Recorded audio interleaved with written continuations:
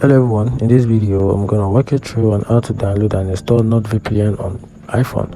So if you want to download and install NordVPN, here's a quick guide on how to do that. So the first thing you have to do is open up your Apple Store as usual, then use the search bar and search for NordVPN.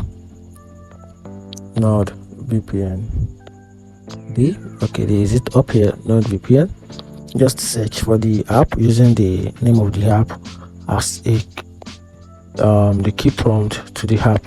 So once you type in, then the Apple Store will source out the available app that has something similar to that name. So, and this is the app up here, which is NordVPN. Tap on it. Or tap on it then to open the app for you. Then from there you can tap on this button. So this button simply means this app has been installed before, but you haven't installed the app on your phone before. It will just simply show get, and that means that will be the first time of you getting the app. So if you have something like this, like a cloud icon, it means you won't download this app on your iCloud account. So for you to be able to install them, to download the app, you can just have to tap on it again.